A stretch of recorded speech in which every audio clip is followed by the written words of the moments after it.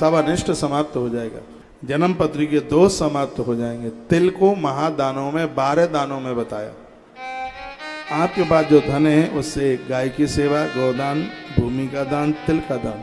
अगली बात बताई सुवर्ण का दान, सोने का दान। ये महादान में नाम आता है स्वर्ण का दान, इसकी बड़ी महिमा है। सोने का दान, इसका जो पात्र है उसको दीजिए। इसमें आपकी बेटी, इसकी पात्रता में आपका दामाद, जामाता, आपकी ननद, आपकी भांजी, भगवान के मुकुट वगैरह, उनके आभूषण, ये सब इसकी पात्रता में ही चल कर गया, तो वहां इसका दान करो। अगली बात बताई कि उस पैसे में से घी, घृत, कहीं अखंड जोत जलवा दे, घृत के मिष्टान पकवान बना करके भोजन करा दे। घी को 12 दानों में लिया गया, शुद्ध देसी घी। और अगली बात बताई गई है वस्त्र, कपड़े लत्ते। आपके पास जो द्रव्य है पियर से मिला या पति से मिला, ये उसमें खर्च हो। धान्य, अन्न, गुड़, चांदी, नमक।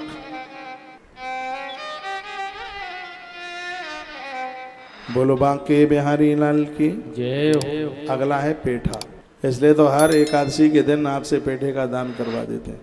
और 12वें नंबर पर है कन्या। कन्या किसी गरीब की बेचारी को व्यवस्था नहीं है, उसके पास कुछ है नहीं, तो आपके पास जो पैसा है उसमें से कुछ अंश निकाल करके ऐसी जगह खर्च करे। यहाँ भगवान महादेव ने बड़ी अच्छी बात कही, कौन सी वस्तु का दान करने से आपको क्या मिल जाता है।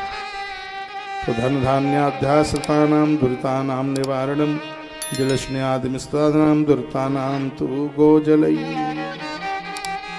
गौदान में दी हुई गाय के उपकारी गोबर से धन धान्यादि ठोस पदार्थों के आश्रय से टिके पापों का नाश हो जाता है। गौदान से बड़ा दान, बड़े से बड़ा पाप समाप्त होता है। उसके गौमूत्र से, उसका जो गौमूत्र है उससे पूर्वजों के अपराधों का नाश हो जाता है। उसके छींटे गौमूत्र के पितर लोक तक पहुंचते हैं। उसके दूध पदार्थ में रहने वाले, उसके दूध के द्वारा, महाराज कितनी अद्भुत बात कही गई है। तो उसके जो दुग्ध में, उसके दूध में, दही और घी में कायिक, वाचिक और मानसिक तीनों प्रकार के पाप नष्ट हो जाते हैं। उसके दूध, दही, घी की इतनी बड़ी महिमा है। ऐसा बुद्धिमान पुरुष वही है जो मनुष्य शरीर धारण करके, और ऐसा अद्भुत सौभाग्य उसने प्राप्त कर लिया। भूदानम तो प्रतिष्ठार्था, हे ब्राह्मणों, भूमि का दान यह लोक और परलोक में प्रतिष्ठा और भगवान का आश्रय दिलाता है। तिल का दान बलपूर्वक एवं मृत्यु निवारण को कहा गया। मौत के समय पर पांव में कांटा लगे इतना भी कष्ट नहीं होता तिल का दान करने से। सुवर्ण का दान जठराग्नि में होने वाले रोगों का नाश कर देता है। घी के दान को पुष्टि कारक बनाया गया। वस्त्र का दान आयु देता है, ऐसा जानना चाहिए। अन्न का दान समृद्धि बढ़ाता है। गुड़ का दान मधुर भोजन की प्राप्ति। गुड़ का दान करने से परदेश में भी पहुंच करके रोटियों की कमी नहीं आ सकती। ये कह दूं, गुड़ का दान करने से आपकी रसोई का राशन कभी कम नहीं हो सकता।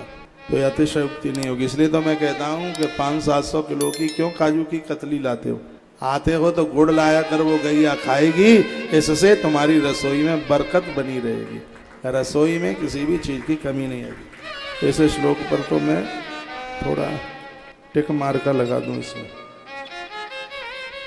इसमें लिखा है कि गुड़ का दान करने से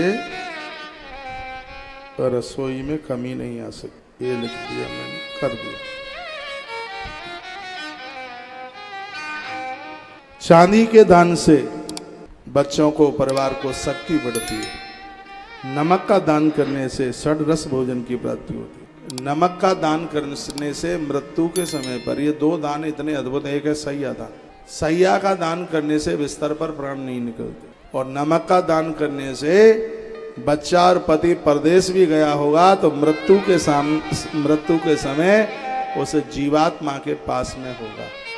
उसको अपने बच्चों के द्वारा या अपने पति के द्वारा पार्थिव शरीर में अग्निदान होवे, ये सौभाग्य प्राप्त होता है। नमक का प्रभाव। नमक का दान भी 12 दानों में से एक है। विद्वान पुरुष कुष्मांड के दान को बड़ा विशेष मानते हैं, पेठे के दान को। ऐसे पौष्टिक वस्तुएं जो आपके लिए अनुकूल हैं, ऐसी वस्तुओं की प्राप्ति होती है पेठे का दान करना।